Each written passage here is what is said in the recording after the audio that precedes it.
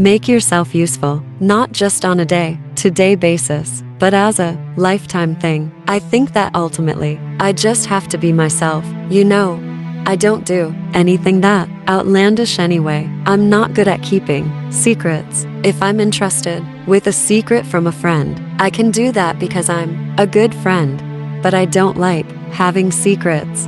It makes me nervous. I've really turned a corner recently in terms of not taking work too seriously, so it is much easier for me to not take my work home. I always feel like a goofy little kid. I like analyzing human behavior. It's complex. That's what keeps me going. Yoga has stopped me from destroying my joints after running. It slows me down. My brain and body can go into overdrive. Yoga teaches me to focus on the moment and not get ahead of myself. Of course, my family and friends are incredibly valuable to me. They keep me sane. They teach me things and I love spending time with them. I think that ranking what you value is a sort of Western and linear way of looking at things. I took the role of Ophelia in Hamlet because she is so naive, loving, and innocent. I always loved how people like Jon Voight and Laurence Olivier shocked you every time they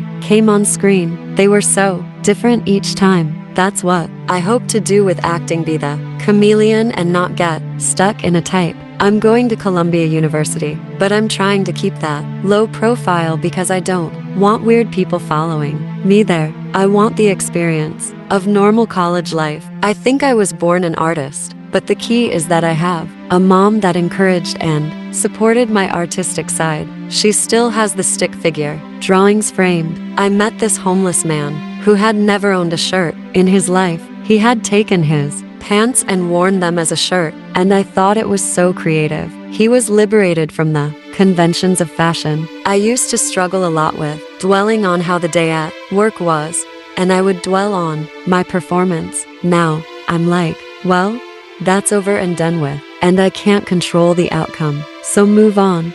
I just remember that it's entertainment I am making. In my worst moments, I try to think about loving instead of hating. Creation versus destruction. Know what I'm saying? I tend to gravitate toward the more powerful roles, as opposed to the doe-eyed girl who bats her eyelashes and runs around in towels. You know what I mean? Because that kind of makes me want to vomit. I know it sounds earnest, but I do really feel in my bones that acting is just a small part of the equation. When you are making a movie, the director really is in charge. Actors are as important or unimportant as the rest of the people around them. Theater makes working in movies or TV seem like a cakewalk. I am a big fan of horror movies, but I had never thought that I had wanted to act in one because I don't think that actors get to do much in them. They're usually just reacting. I think women get caught up too much in having a plan. I'm going to get married at this age. I'm going to have a kid at this age. And then they just try to find a guy who will fit into that picture. I don't want my life to be based on that. I am forever a romantic. I try to bring that into my work. I try not to be fooled by romance or work. Sometimes I have these abstract ideas and then lose track of myself. Fundamentally, women and men are different. I wear everything from hip-hop baggy pants to beautiful Armani dresses. I also like to mix vintage clothing with designer pieces. Education is huge for me. I went to public school until I turned 13 and was lucky enough to afford college once I became successful as an actress. So I am happy to have fans, especially if it enables me to keep working, and I am really grateful when people respond to my work. I really like Shakespeare a lot. The characters that he writes for females, I think, are really great and a lot more compelling than what modern writers write, which is weird because they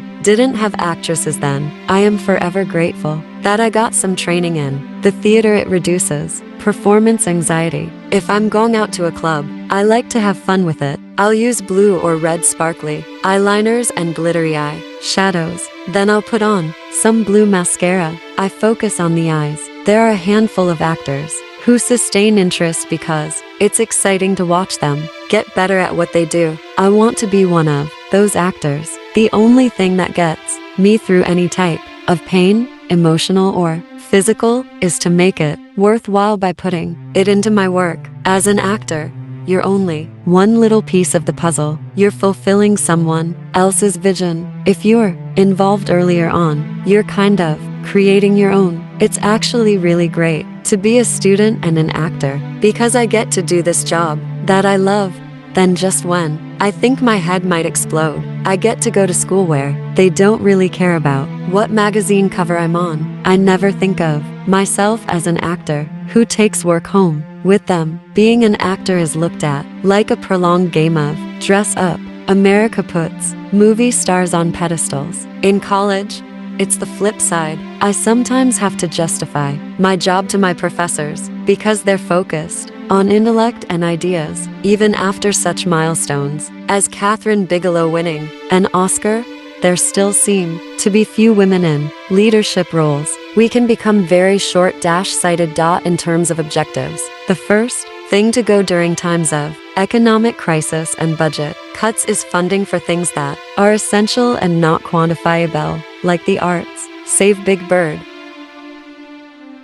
Julia O'Hara Stiles, born March 28, 1981, born and raised in New York City, to parents Judith Newcomb Stiles, a Greenwich Village artist, and John O'Hara, a businessman. She is the oldest of 3 children. Her siblings are John Jr. and Jane, also an actress. Stiles is of English, Irish, and Italian descent. She started acting at age 11, performing with New York's La Mama Theater Company. Stiles is an American actress. Stiles began acting at the age of 11 as part of New York's La Mama Experimental Theater Club. Her film debut was a small role in I Love You, Not 1996, followed by a lead role in Wicked 1998, for which she received the Carla Vivari Film Festival Award for Best Actress. She rose to prominence with leading roles in teen films such as 10 Things I Hate About You 1999, Down to You 2000, and Save the Last Dance 2001. Her accolades include a Teen Choice Award and 2 MTV Movie Awards,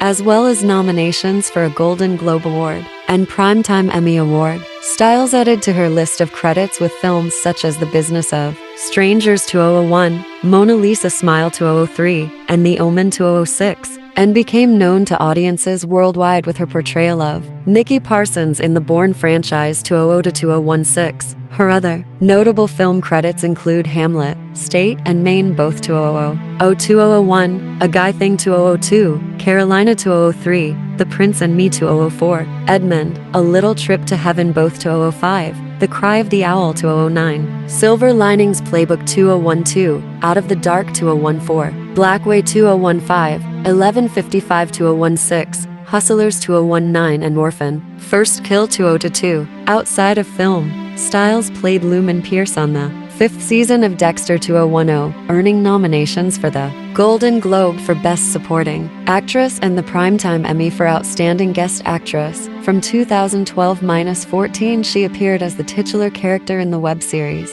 Blue, for which she earned 2 Yacht TV Awards for Best Actress. From 2017 to 2020, she starred as Georgina Ryland on the Sky Atlantic series Riviera. She currently stars in the Amazon series The Lake 2000 to present.